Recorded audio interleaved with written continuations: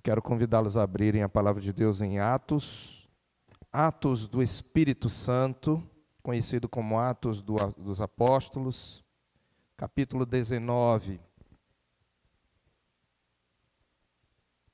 Dando continuidade à nossa exposição, à nossa série de exposição, nós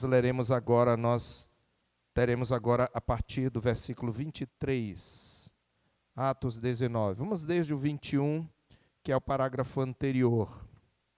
Atos, capítulo 19, do 21 até ao 41.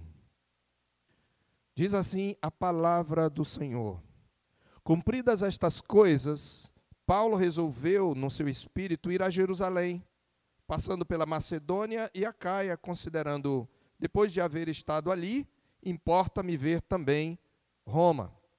Tendo enviado à Macedônia 2 daqueles que lhe ministravam, Timóteo e Erasto, permaneceu algum tempo na Ásia. Por esse tempo houve grande alvoroço acerca do caminho, pois um ourives chamado Demétrio, que fazia de pratas nichos de Diana, e que dava muito lucro aos artífices, convocando-os juntamente com outros da mesma profissão, disse-lhes: Senhores, sabeis que deste ofício vem a nossa prosperidade. E estáis vendo e ouvindo que não só em Éfeso, mas em quase toda a Ásia, este Paulo tem persuadido e desencaminhado muita gente, afirmando não serem deuses os que são feitos por mãos humanas. Não somente há o perigo de a nossa profissão cair em descrédito, como também o de o próprio templo da grande deusa Diana ser estimado em nada, e ser mesmo destruída a majestade daquela que toda a Ásia e o mundo adoram. Ouvindo isto, encheram-se de fúria e clamavam: Grande é a Diana dos Efésios. Foi a cidade tomada de confusão, e todos a uma arremeteram para o teatro, arrebatando os macedônios Gaio e Aristarco, companheiros de Paulo. Querendo este apresentar-se ao povo, não lhe permitiram os discípulos. Também as iarcas, que eram amigos de Paulo, mandaram rogar-lhe que não se arriscasse indo ao teatro. Uns, pois, gritavam de uma forma, outros de outra, porque a assembleia caíra em confusão. E, na sua maior parte, nem sabiam por que motivo estavam reunidos. Então, tiraram Alexandre dentre a multidão, impelindo os judeus para a frente. Este, acenando com a mão, queria falar ao povo.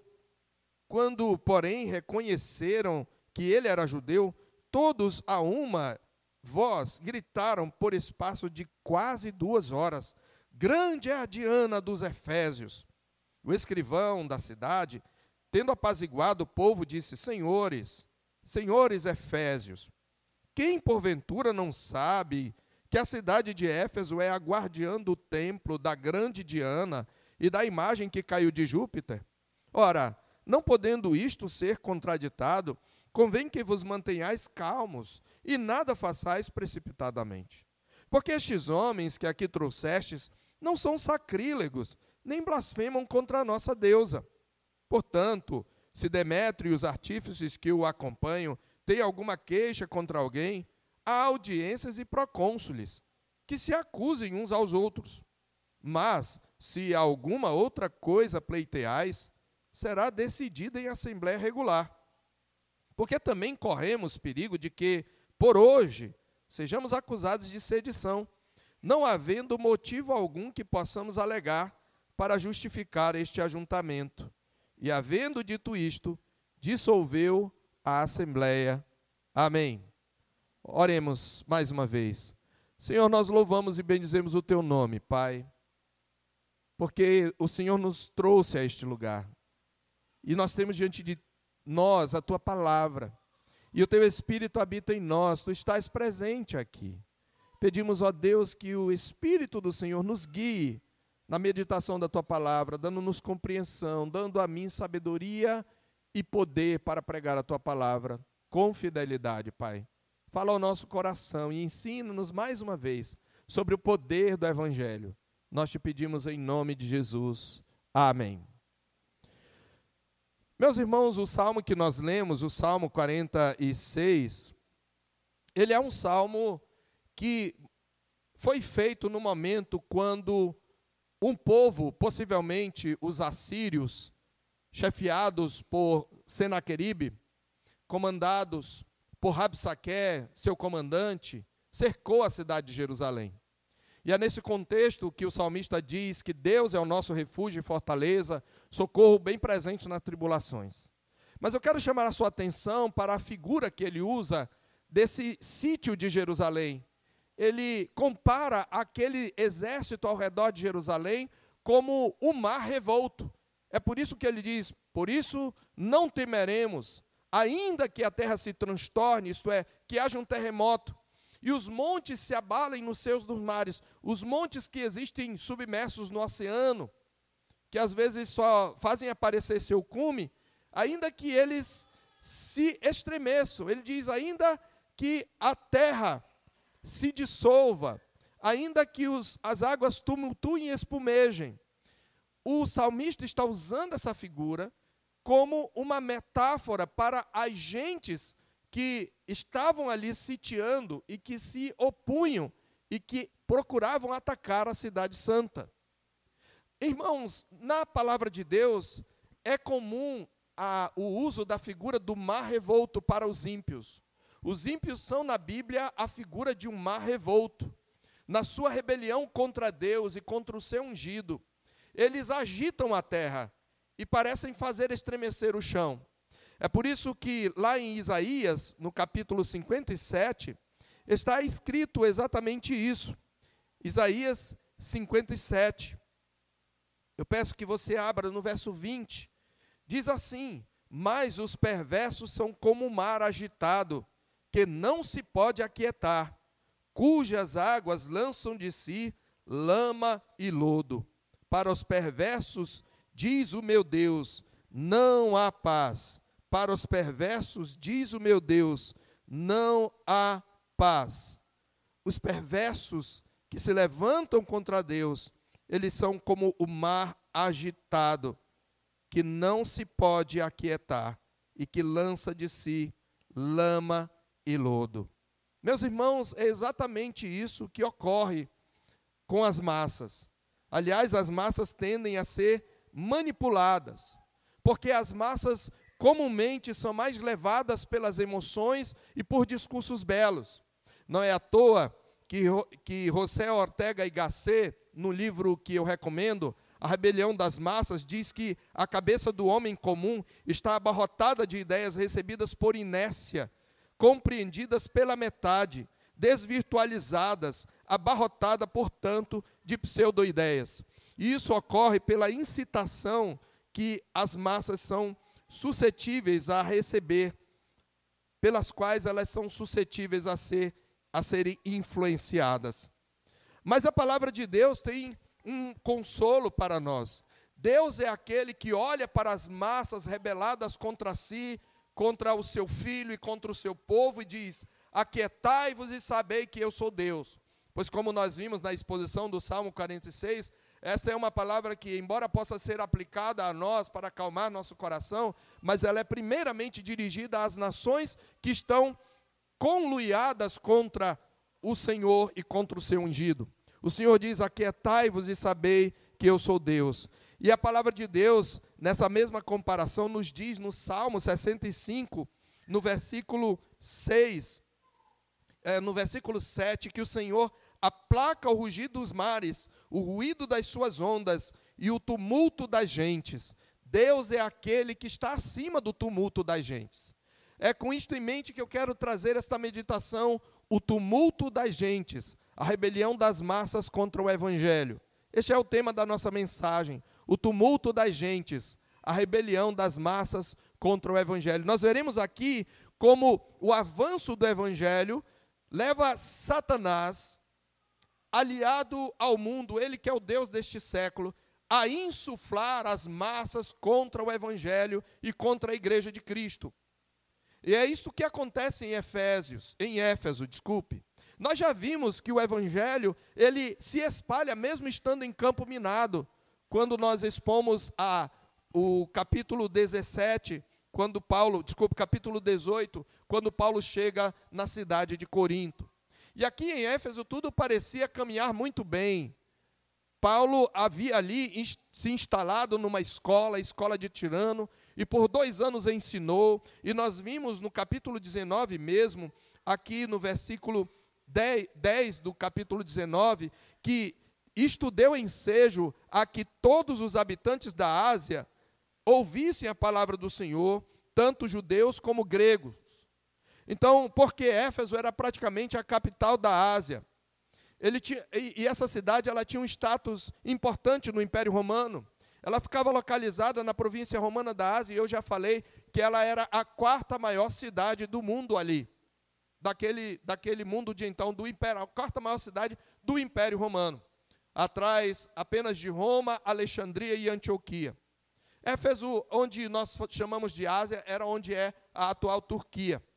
Éfeso era uma cidade livre e autônoma dentro do Império Romano. Ela ficava dentro da província da Ásia, mas ela tinha uma autonomia que muitas cidades não tinham. Podemos falar que havia uma espécie de democracia efésia, como nós ainda vamos verificar.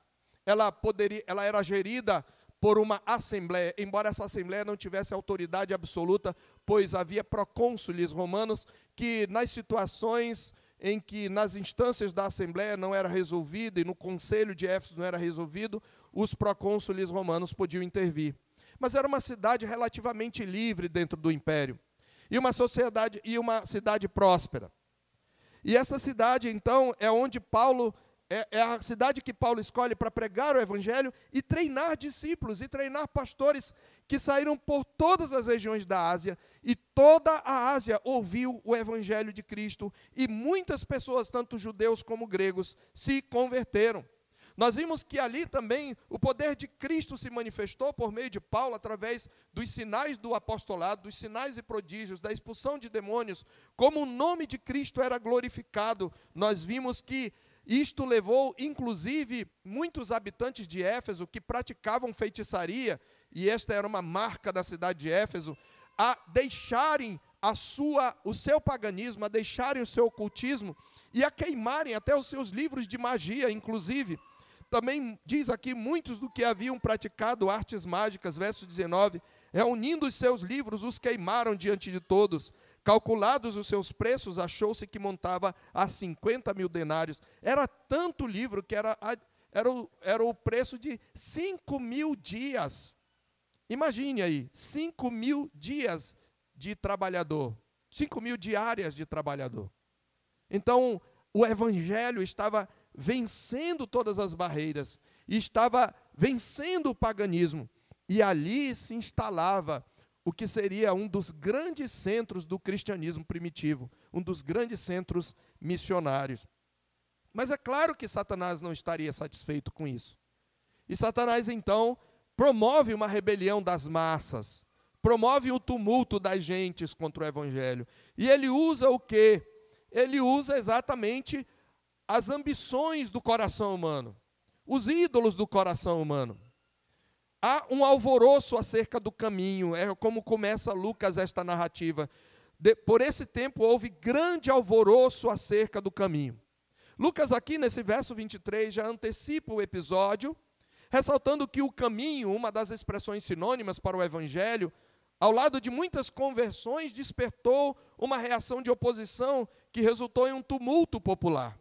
Essa é a 4ª de 6 vezes em que Lucas usa o termo caminho a propósito, para referir-se ao evangelho. Destacando aqui o aspecto do discipulado, porque o caminho é algo por onde se anda, não é? Por onde alguém se movimenta. E ser crente é seguir a Jesus no caminho. Por isso Lucas usa esse termo por 6 vezes com este sentido.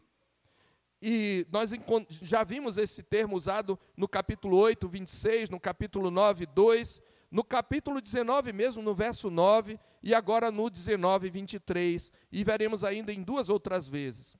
E curiosamente aqui, irmãos, o termo, o caminho, normalmente, quando você olhar todas essas passagens onde a palavra o caminho ocorre como sinônimo do evangelho, ou do grupo de discípulos, ou do cristianismo, Curiosamente, o termo sempre ocorre em um contexto de oposição. Lucas está a enfatizar com isso a noção de que o discipulado enfrentará constantes obstáculos por parte do mundo. E depois dessa afirmação introdutória, então, Lucas passa a descrever como o evangelho provocou alvoroço na cidade de Éfeso. Eu posso dizer, e aqui bem entre aspas, que o evangelho provocou um tipo de revolução. Mas é bem entre aspas mesmo, porque o pensamento evangélico não é revolucionário no sentido em que o mundo usa esta palavra. Mas ele faz uma reviravolta, ele muda as coisas, ele vira o mundo de cabeça para baixo, como disseram as pessoas sobre os discípulos, estes que transtornaram o mundo, chegaram até aqui. E é neste contexto, então, que eu quero convidá-los a refletir sobre o tumulto das gentes, a rebelião das massas contra o evangelho. E por que o evangelho provoca esse alvoroço? O Senhor Jesus já havia dito para os seus discípulos: não penseis que vim trazer paz à terra.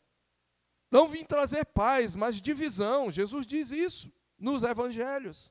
Porque daqui em diante estarão divididos numa casa, 2 contra 3, o filho contra o pai contra o filho, a sogra contra a nora e a nora contra a sogra. Exatamente a conversão a Jesus, ela cria sim uma divisão, não porque aquele que segue a Jesus se torna hostil aos outros, mas porque o mundo odeia Cristo. Então, quem quer seguir a Cristo tem que esperar que, se for pregar o evangelho, sobretudo quando o evangelho começar a frutificar, pode esperar o alvoroço contra o caminho. E por que isto acontece? Eu quero então expor isto trazendo de novo em forma de cenas. E na primeira cena, eu intitulo "O Evangelho frustra o comércio da idolatria". O alvoroço, o tumulto das gentes ocorre, primeiramente, porque o Evangelho frustra o comércio da idolatria. Versos 24 a 27.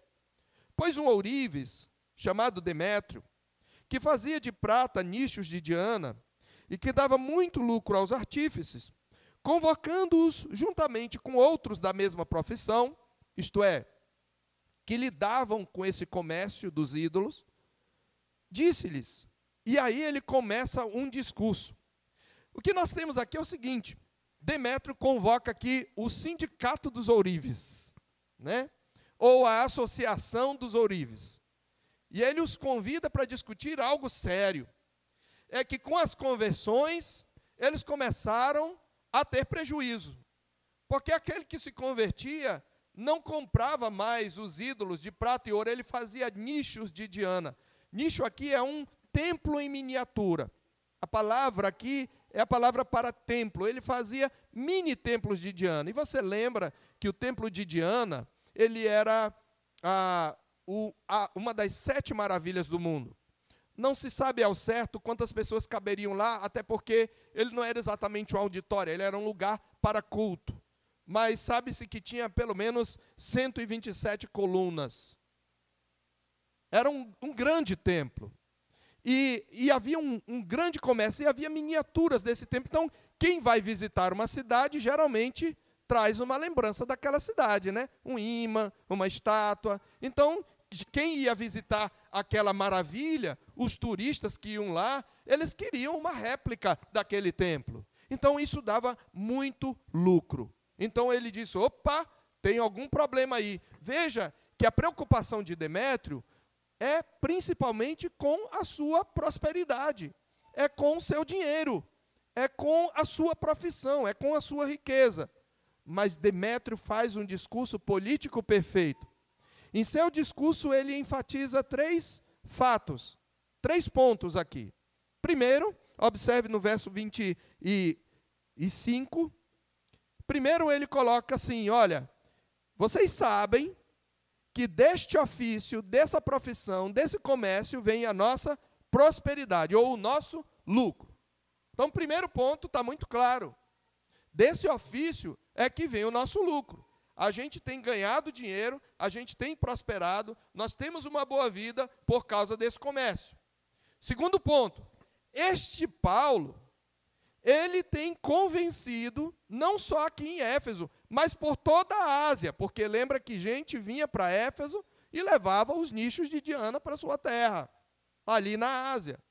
Paulo tem persuadido, verso 26, estáis vendo e ouvindo, vocês estão vendo e ouvindo. Observe como o evangelho se espalhou como fermento. Se espalhou como fermento na Ásia.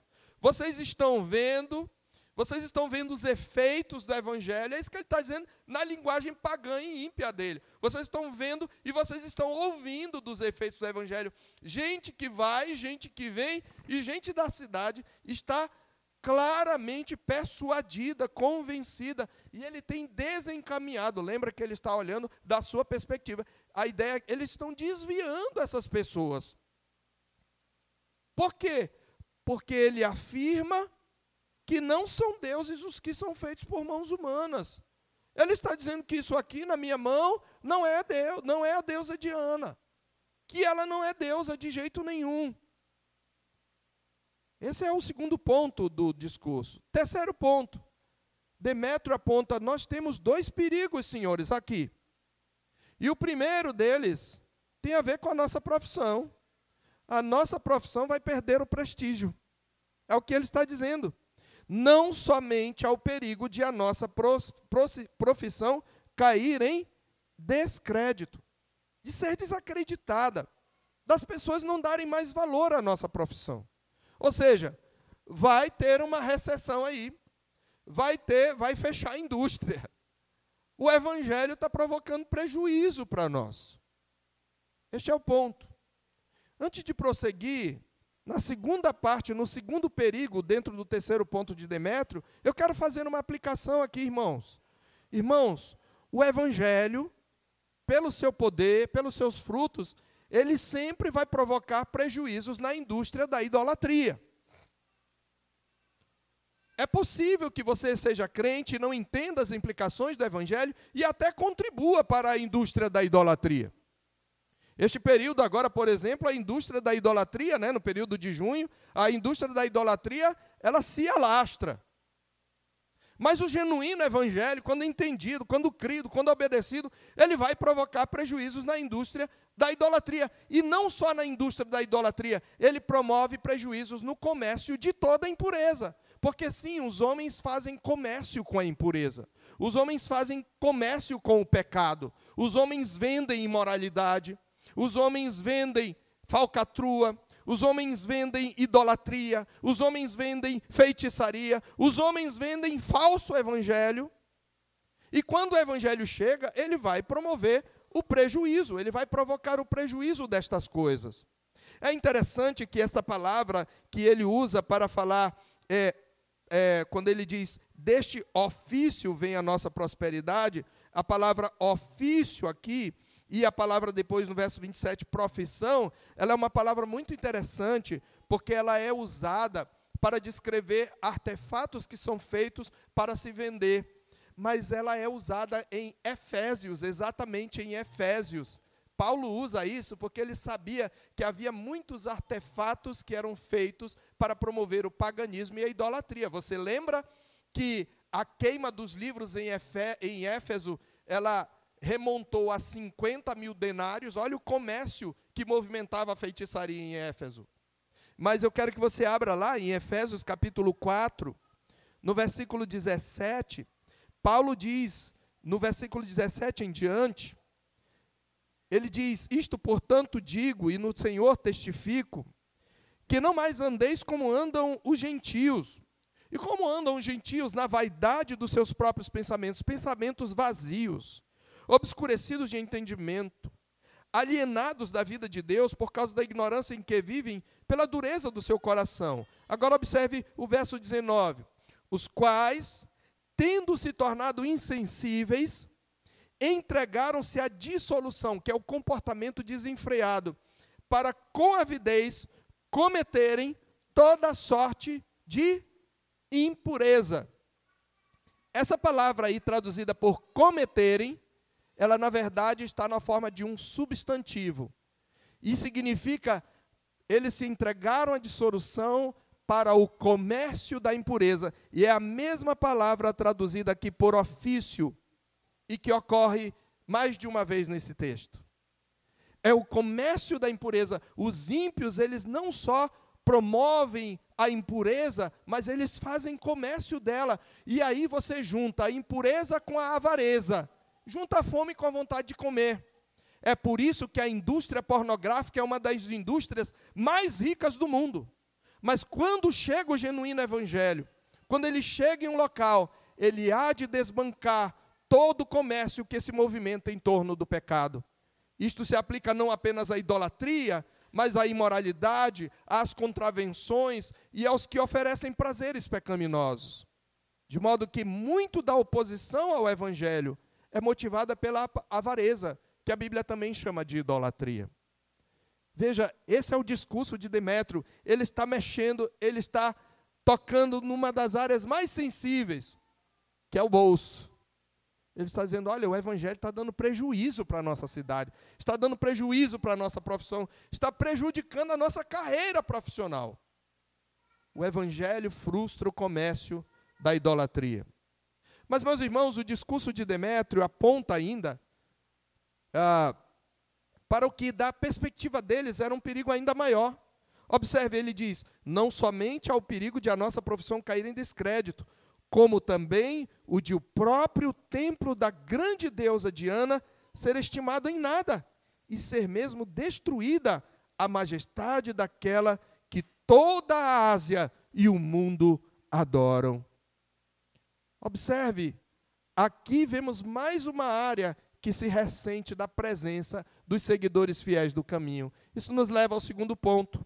O evangelho não só confronta, não só frustra o comércio da idolatria, mas também o evangelho confronta a cultura pagã. Veja que Demétrio é perfeito no seu discurso. Ele está dizendo, olha, não é só a nossa profissão que vai sofrer desvantagem. Toda a cultura de Éfeso está sendo mexida por esse Paulo e pelo que ele prega. Por quê? Porque não só os deuses vão deixar de ser comprados, mas o templo da grande deusa Diana não vai ser mais valorizado, ninguém vai querer mais visitar. E a majestade de Diana, que aqui no grego é a palavra Artemis, né? Diana é a mesma Artemis, Diana é o termo latino, e a nossa língua portuguesa tem influência latina, mas é a deusa Artemis. Às vezes eu vou usar Artemis, às vezes Diana é a mesma deusa, tá? Então, é importante você saber, ele está dizendo, olha, o culto a Diana vai se acabar. A majestade de Diana vai ser destruída. Aqui é uma ironia, porque pode a majestade de um Deus verdadeiro ser destruída? A majestade de Deus depende dos homens valorizarem ou não? Dos homens, dos deuses humanos, sim. E Lucas está aqui mostrando que essa deusa não é nada, ela é um ídolo, porque os seus próprios adoradores acham que a sua majestade está ameaçada. E de fato está, porque o rei já está exaltado no seu trono. Ele está fazendo avançar o seu reino pelo evangelho, e ele está conquistando adoradores de Diana, e ele está destruindo de fato o culto de Diana. Ele então diz, olha, a majestade de Diana vai ser destruída. Observe então que ele está usando o argumento religioso e cultural. Então tem um argumento econômico e um argumento religioso e cultural. E nós precisamos entender, irmãos, o culto a Diana ou a Ártemis em Éfeso era de longe a marca principal da sua cultura religiosa. R.C. Sproul, em seu comentário, ele fala o seguinte, provavelmente não havia nenhum lugar no mundo antigo onde o conflito com a idolatria fosse mais acentuado do que em Éfeso. O templo de Diana, uma das 7 maravilhas do mundo antigo, era 4 vezes maior do que o Partenon em Atenas. Eram 127 colunas, cada coluna com 18 metros de altura. As paredes do templo foram adornadas pelo antigo escultor Praxiteles, o Michelangelo da sua época. A grandeza do templo de Diana tornou-se conhecida por todo o mundo. De fato, a seita religiosa que se focava em Diana ou Ártemis era uma das maiores religiões daquela época em todo o mundo. Havia 33 santuários da deusa Diana no mundo antigo, espalhados por diferentes cidades. Ela era a deusa da fertilidade e era conhecida também como a deusa da caça. Os adoradores construíam pequenos santuários domésticos, os nichos, em seus quintais dedicados a Diana, perante os quais se curvavam e oravam. Além disso, estabeleceu-se um grande comércio envolvendo o culto a Diana.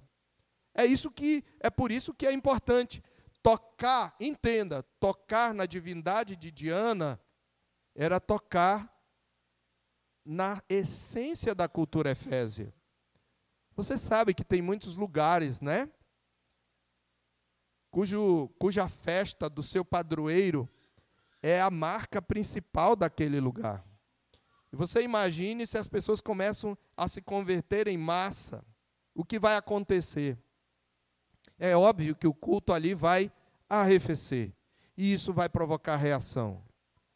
Irmãos, nós precisamos admitir que Demétrio era um exímio orador.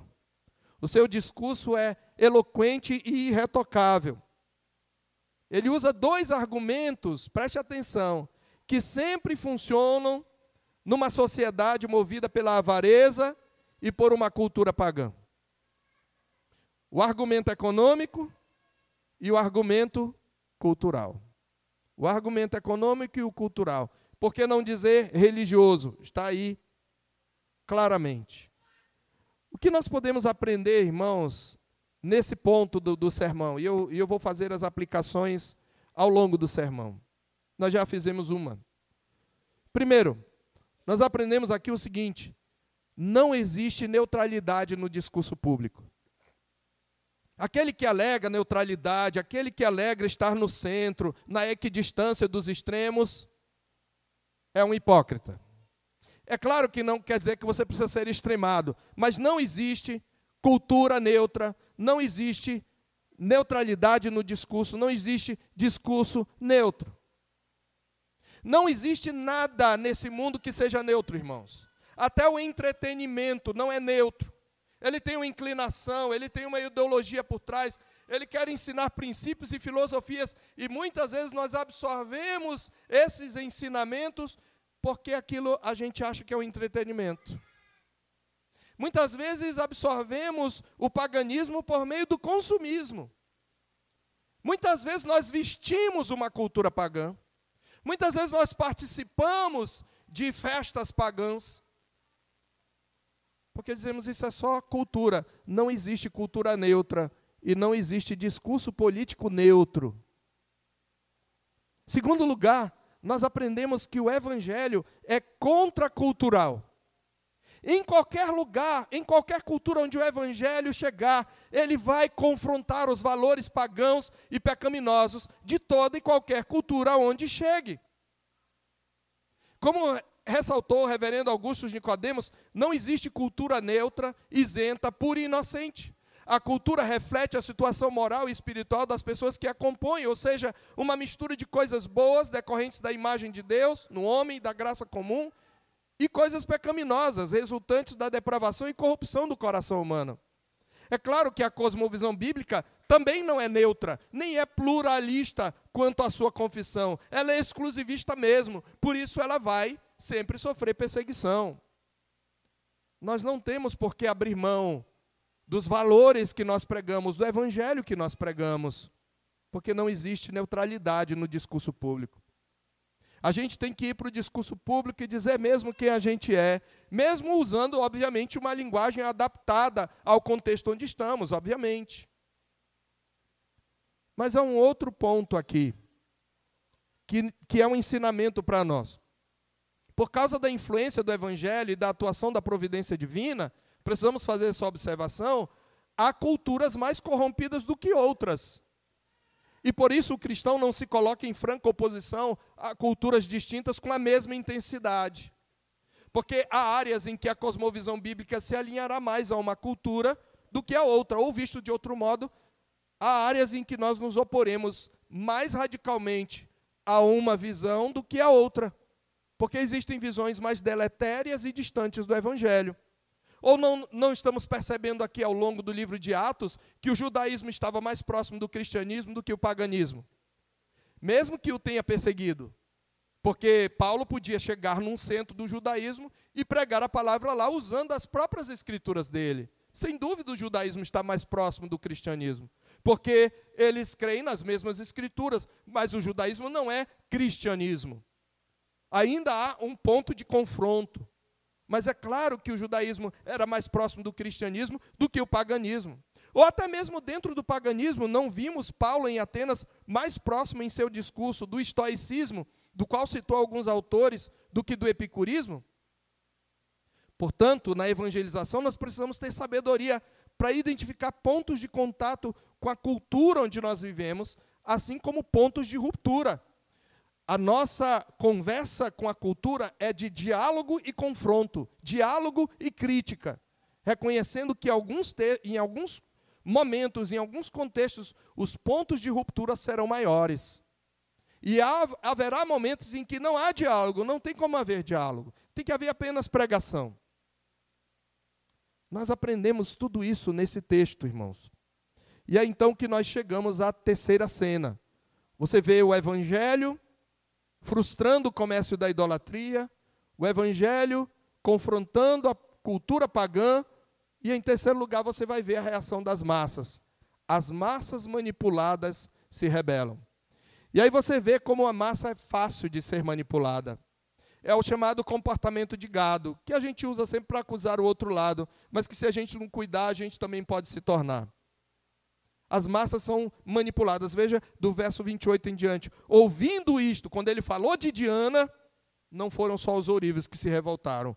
Ouvindo isto, encheram-se de furor e clamavam: grande é a Diana dos Efésios. Insuflada pelo discurso de Demétrio e enfurecida diante da ameaça cristã ao culto de Diana, a massa entra num tumulto desenfreado, com tudo que sempre está presente no tumulto das gentes: gritos, confusão e violência. A massa desenfreada sempre procura ganhar no grito, nunca no diálogo, nem no discurso. Cuidado, tem crente que está querendo fazer assim. Tem crente que vai para a rede social e fica esbravejando, xingando, blasfemando, dando mau testemunho, mesmo em nome de um conservadorismo. Cuidado! Não se deixe contaminar, não é essa a nossa arma. A nossa arma é a proclamação do Evangelho, de maneira pacífica. É isto que nós vamos ver aqui em Paulo. É a massa incrédula, ímpia, que é insuflada e que tenta resolver as coisas por meio da gritaria, da confusão e da violência. Veja o verso 28, eles clamavam, e diz o verso 29, foi a cidade tomada de confusão. Essa palavra traz a ideia, ela às vezes é até usada para descrever uma promiscuidade. Houve uma mistura aqui, não era o que começou como um sindicato reunido, organizado, começou a tomar toda a cidade, e as pessoas começaram a ficar furiosas, porque sentiram que o culto a Diana, a cultura efésia, estavam sendo ameaçados. E o que acontece quando a massa é manipulada? Primeiro, cristãos são arrastados para o teatro da cidade, parte 29b. E todos a uma arremeteram para o teatro. Essa palavra arremeter, eles começaram a correr. Sabe quando corre aquela multidão, assim, quando tem aqueles protestos? Eles correram para o teatro. Por que para o teatro? Porque no teatro de Éfeso cabiam 25 mil pessoas aproximadamente. Era um teatro enorme. Então, você imagina o número de pessoas. Vai aquela carreata do orgulho efésio, né? A passeata do orgulho efésio. Vão correndo para o templo ou para o teatro ali. Mas eles querem fazer uma assembleia de qualquer jeito para julgar e para condenar. E aí eles pegam, quem é cristão aqui? Paulo está lá no meio. Eu não sei como, Paulo está por ali, por perto. Talvez não estivesse ali na hora, mas eles encontram dois companheiros de Paulo. Verso 29. Arrebatando os macedônios Gaio e Aristarco, companheiros de Paulo, aqui aparecem mais 2 cooperadores do evangelho. Você percebe que não haviam aparecido ainda? Gaio e Aristarcos. Eles eram macedônios. Sabe de onde eles vêm? Ou de Filipos ou de Tessalônica, aquela região ali. Já estavam na equipe missionária. E arrebataram. A ideia é o seguinte: arrastaram.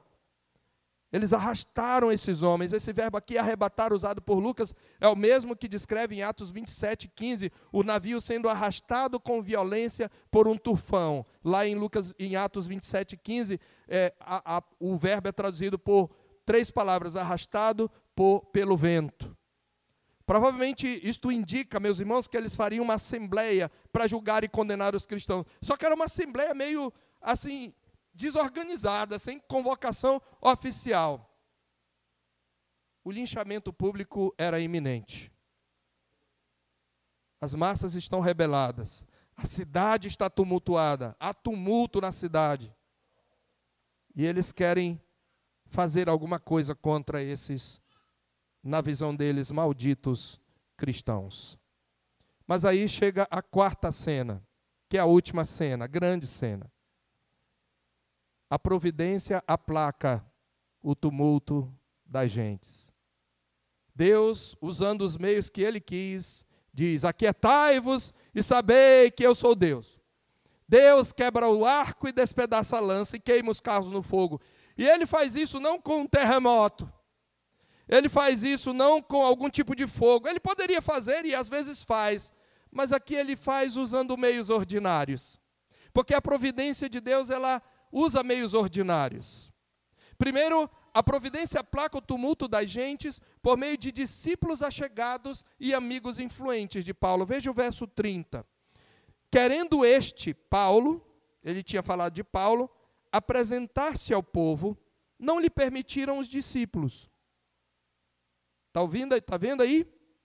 Ele queria se apresentar ao povo. Ele viu toda a turba, todo o tumulto. Ele viu seus companheiros sendo arrastados. Possivelmente Paulo não estava presente quando eles arrastaram e viram Gaio e Aristarco. Mas ele quis se apresentar. Ou talvez estivesse, mas por alguma razão eles não lançaram mão de Paulo. Paulo deseja discursar na assembleia, no meio de uma multidão ensandecida. Mas a julgar por sua postura em outras situações semelhantes, não era antes de tudo para se defender. Na sua visão, aquela seria mais uma excelente oportunidade para testemunhar de Cristo. Ele sabia, meus irmãos, qual era o propósito de Deus quando os seus servos fossem levados ao tribunal, conforme o ensino do nosso Senhor, por exemplo, em Lucas 21, versos 12 e 13. Em Lucas 21, verso 12 e 13, ao descrever todo o período histórico, desde a sua primeira vinda até a sua segunda, Jesus advertiu os seus discípulos de que eles seriam perseguidos em todas as eras. E ele diz assim: lançarão mão de vós e vos perseguirão, entregando-vos às sinagogas e aos cárceres, levando-vos à presença de reis e governadores por causa do meu nome. Mas ele explica qual o propósito. E isto vos acontecerá, explica Jesus, para que deis testemunho. O alvo de um crente num tribunal, quando ele é julgado pela sua fé, quando ele é condenado pela sua fé, não é se defender, é pregar o evangelho. Pegue todas as vezes em que prisão de discípulos é mencionada em Atos, leia o discurso de cada um dos discípulos diante dos reis, desde Pedro e João até Paulo, e você verá. Veja Pedro e João no capítulo 4, no capítulo 5, veja Estevão no capítulo 7, veja Paulo a partir do capítulo 21, 22 em diante. Toda vez que eles estavam diante do tribunal, eles pregavam o evangelho para os seus algozes. Paulo vê, essa é uma oportunidade. 25 mil pessoas. Eu quero falar. Ele não tem medo. Mas veja, nem sempre é o tempo de Deus. Às vezes, sim, é preciso recuar. E Deus, mediante o muito sábio e santo conselho da sua vontade, sabia que aquela não era uma boa hora. Paulo não era para morrer ali ainda. O próprio Estado romano haveria de matá-lo mais tarde, mas não era ainda a hora. E em sua providência, meus irmãos, o ato divino pelo qual Deus sustenta, governa, dirige e dispõe todas as suas criaturas, desde a maior até a menor, usa tanto discípulos como amigos descrentes e influentes para livrá-lo do ultraje público. Ele diz, os discípulos não permitiram, a ideia aí é o seguinte, ele disse, olha, eu vou discursar, e a ideia é que pegaram pelo braço, não senhor Paulo, de jeito nenhum. Mas, talvez sabendo que os discípulos não o conteriam, Deus usa asiarcas, veja, também asiarcas, que eram amigos de Paulo, provavelmente não eram discípulos, porque eles estão sendo distinguidos dos discípulos, eram ímpios, e eles eram asiarcas, e eram amigos de Paulo, mandaram rogar-lhe que não se arriscassem indo ao teatro, eles sabiam o que era uma turba enfurecida. Quem eram os asiarcas aqui citados? Eram funcionários provinciais romanos, que desempenhavam um papel de representantes da província da Ásia. Eram homens de autoridade. Eles tinham atribuições como organização de eventos públicos, organização de cultos e festivais da província. Muitos dos asiarcas, eles eram patronos de cultos e templos importantes na província, incluindo o culto a Ártemis. Veja, Deus usa promotores do culto a Ártemis para dizer, não vá não, meu amigo. Paulo fez amizade com esses homens. Veja o poder do evangelho, o poder de virulência, de penetração do evangelho. Não é curioso que houvesse amigos e simpatizantes de Paulo entre eles? Sim, Deus vai levantar pessoas.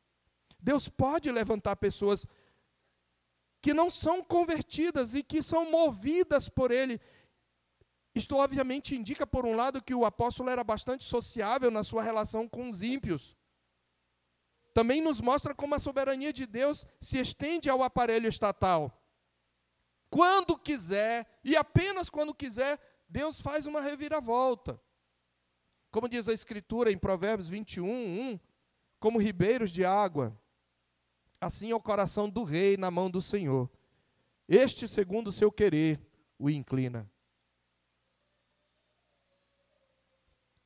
Irmãos, como nós precisamos saber disso?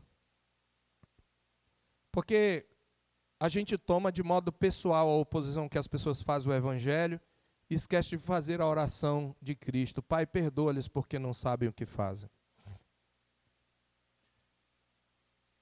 William Tyndale, que traduziu Bíblias para o inglês, foi queimado numa fogueira. Era inglês. E quando ele estava queimando na fogueira, suas últimas palavras foram: Deus, abre os olhos do rei da Inglaterra.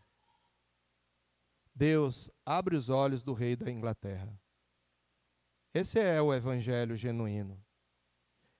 É assim que o discípulo de Cristo faz. E Paulo, ele quer discursar, ele quer falar de maneira pacífica, porque ele sabe que as armas da nossa milícia não são carnais, e sim poderosas em Deus para destruir fortalezas, anulando nós sofismas e toda altivez que se levante contra o conhecimento de Deus, levando cativo todo o pensamento à obediência de Cristo. Mas a providência se utiliza também de um magistrado ainda com maior autoridade, pelo menos talvez uma das maiores autoridades com certeza de Éfeso. Observe, Deus usa o escrivão da cidade na sua providência. Verso 35. O escrivão da cidade, tendo apaziguado o povo, começa a discursar. Verso 35. O magistrado é o instrumento da providência. Olha só que coisa interessante. O aparelho estatal está sendo conduzido por Cristo. O Estado nunca pode ser maior que Cristo. O Estado tenta ser como um Deus. Ele tenta se colocar no lugar de Deus, ser o grande Pai, mas ele nunca vai subjugar o reino de Cristo. Cristo pode remover o rei, estabelecer rei, quando ele quiser, como ele quiser. E o magistrado aqui é um instrumento da providência. E olhe que ele usa uma argumentação cujas motivações são dúbias, nós não poderíamos concordar com tudo que ele vai falar. Vamos ao seu discurso, veja que político também de boa oratória. Ele começa falando alto, porém de maneira apaziguador, tendo apaziguado o povo. Ele é o escrivão da cidade. Você precisa entender que o escrivão da cidade era quase uma espécie de prefeito. Ele registrava as decisões da assembleia, as resoluções que eles tomavam. Então ele tem autoridade, é como uma espécie de prefeito da cidade.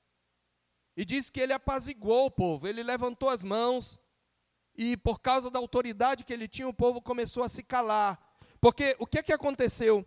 Que, primeiro, diz a palavra de Deus, que no verso 32, uns, pois, gritavam de uma forma, outros de outra, porque a assembleia caíra em confusão. E na sua maior parte, nem sabiam por que motivo estavam reunidos. É assim a rebelião das massas. A maioria nem sabe pelo que está lutando, nem compreende a causa pelo que está lutando. E quando a massa está enfurecida, a direita e a esquerda, ela é ignorante, ela é cega. Ela não sabe nem porquê, ela está ali por causa da gritaria, porque aquilo toma a gente. É como quando você está num estádio tomado por uma torcida, você se arrepia e você começa a gritar. Nem sabiam por que estavam ali. A massa é sempre ignorante, irmãos. Sempre ignorante. Por isso que o pensamento revolucionário é destrutivo. Por isso que o pensamento revolucionário é abominável. E o cristianismo, ele é contra-revolucionário. O cristianismo não é uma revolução, é uma contra-revolução. Por isso eu usei revolução primeiro entre aspas. Ele é contra-revolucionário. Todo pensamento revolucionário é anticristão. E um cristão em sã consciência nunca vai adotar esse pensamento. Nem sabiam por que estavam reunidos. Tiraram Alexandre dentre a multidão, impelindo os judeus à frente, e ele acenando com a mão queria falar ao povo, mas viram que ele era judeu, e para eles, cristão e judeu era tudo a mesma coisa. Os próprios judeus olhavam o cristianismo como uma seita, mais uma seita do judaísmo. E diz que todos a uma voz gritaram, veja a massa manipulada pelo espaço de quase 2 horas, repetindo, grande é a Diana dos Efésios, grande é a Diana dos Efésios, grande é a Diana dos Efésios, e aí chega a gente, o que é isso aí, grande é a Diana dos Efésios, aí a pessoa que perguntou começa, grande é a Diana dos Efésios, grande é a Diana dos Efésios. Não é assim? Você é levado pela multidão, virou modinha, está todo mundo fazendo, eu vou fazer também, assim faz a massa ignorante. Por 2 horas. Aí então é que o prefeito apazigua o povo para falar. E olha o seu discurso. Primeiro ele lança a mão de um apelo idólatra. Ele começa elogiando Diana. Olha, ele diz, senhores Efésios, quem porventura não sabe que a cidade de Éfeso é a guardiã do templo da grande Diana e da imagem que caiu de Júpiter? Ele exalta a cidade, é a guardiã, Diana é grande, e ele evoca um mito. Porque havia um mito que dizia que uma imagem de Diana caiu ali na cidade de Éfeso. Na verdade foi um meteoro, possivelmente com a aparência de uma mulher com muitos seios. Daí a imagem de Diana é de uma mulher com um monte de seios. E aí esse meteoro eles achavam que era a deusa Diana, que foi lançada por Júpiter. Quem nega a nossa história, o nosso mito fundante? Apelo idólatra. Ele diz, ora, não podendo isto ser contraditado, convém que vos mantenhais calmos, e nada façais precipitadamente. Ninguém está negando isso aqui, então tenham calma. Então é um apelo idólatra, veja. Mas em segundo lugar, ele faz um apelo ao bom senso. Ele diz, olha, se isso não pode ser contraditado, por que vocês estão nervosos? Não tem sentido o que vocês estão fazendo. Não tem sentido, não tem utilidade, não tem necessidade. Não sejam precipitados. Tenham bom senso. Terceiro, ele faz um apelo à justiça e ao Estado de Direito. Versos 37 e 39. Ele diz, porque estes homens que aqui trouxestes não são sacrílegos, nem blasfemam contra a nossa deusa. Olha, ele defendeu os cristãos, é um idólatra, está exaltando a cultura, mas ele é um instrumento nas mãos de Deus que consegue perceber que o verdadeiro evangelho é pacífico. Ele causa uma reviravolta pacífica. Ninguém pregou, eles não chegaram lá chutando a imagem de Diana, feito aconteceu com uma seita há algumas décadas atrás, né? Chutando, eles não chegaram como chegam alguns crentes no terreiro de macumba, não sei nem se são crentes, e chuta imagem, chuta despacho, chuta não sei o que mais lá. Não! Eles simplesmente pregaram a Cristo. Eles simplesmente disseram que há um só Deus verdadeiro que criou os céus e a terra.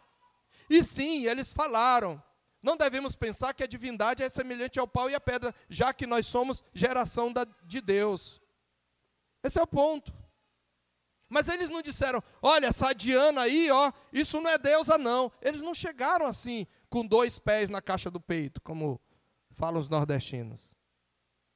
E ele está reconhecendo que o cristianismo, o genuíno cristianismo é pacífico. Ele não causa confusão. Sim, ele provoca confusão pela reação dos inimigos do evangelho. Nós precisamos ter isso em mente. E aí ele está fazendo justiça. Ele diz, portanto, verso 38, olha apelando à justiça e ao Estado de Direito. Se Demétrio e os artífices que o acompanham têm alguma queixa contra alguém, há audiências e procônsules que se acusem uns aos outros. Se eles têm acusação, os procônsules são a instância correta. É esse o Estado de Direito romano. A cidade de Efésia era grega em sua maioria, mas eles seguiam o direito romano, que, aliás, deu origem ao nosso direito, né? É o fundamento do nosso direito. Ele está dizendo, olha, tem a instância correta, mas se alguma outra coisa pleiteais, será decidido em assembleia regular. Ele está dizendo, olha, tem assuntos que a assembleia resolve. A palavra assembleia, aliás, aqui é eclesia, a mesma palavra para a igreja. E nós precisamos entender aqui o seguinte, que a sociedade efésia, ela tinha um sistema de governo que incluía elementos de participação cidadã e tomada de decisões coletivas, através de uma assembleia regular, a eclesia, que era composta de cidadãos que tinham direito de participar das decisões políticas e judiciais da cidade. Essa assembleia, ela tomava decisões administrativas importantes. Nós podemos até dizer que era uma forma de democracia antiga. No entanto, o direito a voto não era de todos, mas somente dos efésios de nascimento, ou de filhos de cidadãos efésios, ou de cidadãos naturalizados, às vezes como recompensa por serviços prestados à cidade. Além disso, havia também critérios de idade, por volta de 18 a 20 anos, e alguns casos em que os cidadãos precisavam possuir propriedades ou um certo nível de riqueza. Nós produzimos mais riqueza na cidade, temos direito a voto. Mas é um tipo de democracia. Ele diz, olha, nós temos os instrumentos políticos e jurídicos para isso. Está tudo errado aqui. Ele usa de bom senso, sim, no meio do caos. Cuidado com seu pessimismo exagerado. No meio do caos, Deus levanta a gente de bom senso ali. E Deus usou. E ele termina, depois do apelo à idolatria, o apelo ao bom senso, o apelo à justiça de Estado de Direito, ele faz um apelo ao temor da espada. Verso 40. Porque também corremos o perigo de que, por hoje, sejamos acusados de sedição, não havendo motivo algum que possamos alegar para justificar este ajuntamento. O que é sedição? É quando você se levanta e cria uma confusão e a perturbação da ordem pública. E aí eu falei que a democracia, a autonomia efésia, ela era relativa. Se Éfeso se tornasse um lugar de revolução, Roma viria e faria o que fez em Jerusalém no ano 70. Então diz, nós temos liberdade, cuidado. Se a gente começar a armar muita confusão, a gente vai perder a liberdade da gente. O prefeito também ia perder o seu emprego, né? Porque quando havia sedição, eles costumavam remover os chefes de Estado, os governadores, os prefeitos, e o que quer que seja, os procônsules, e colocavam outro, porque está dizendo, você é incompetente.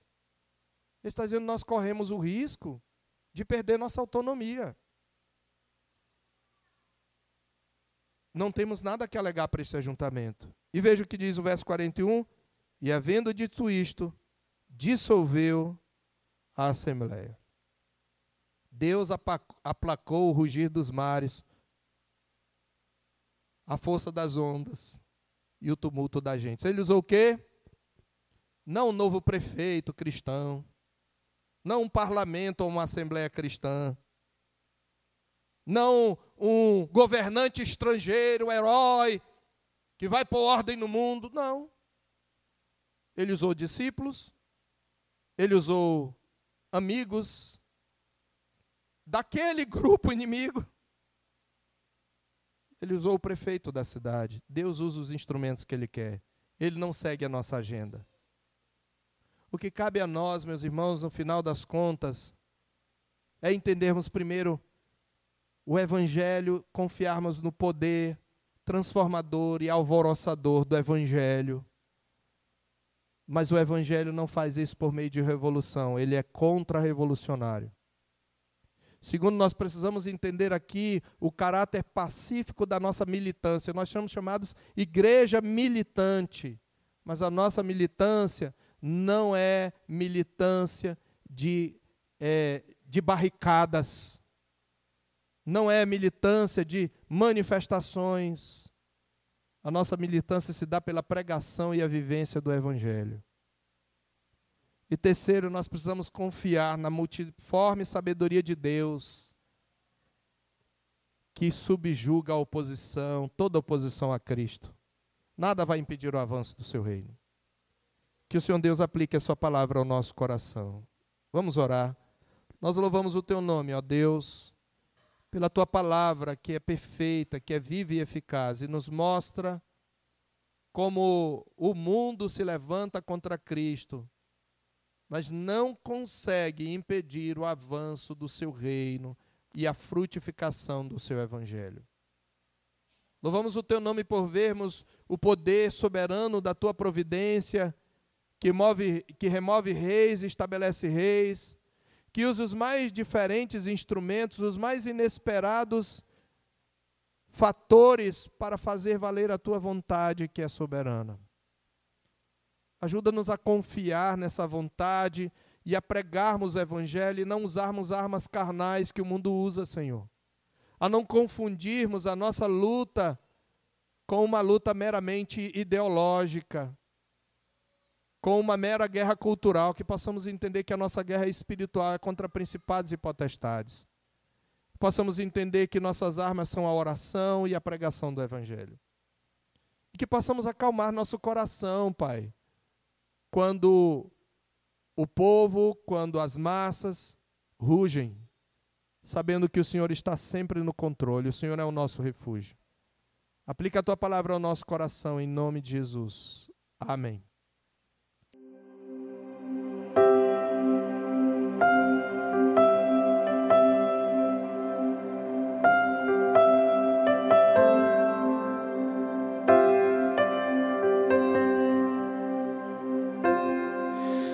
Tu és bem-vindo aqui.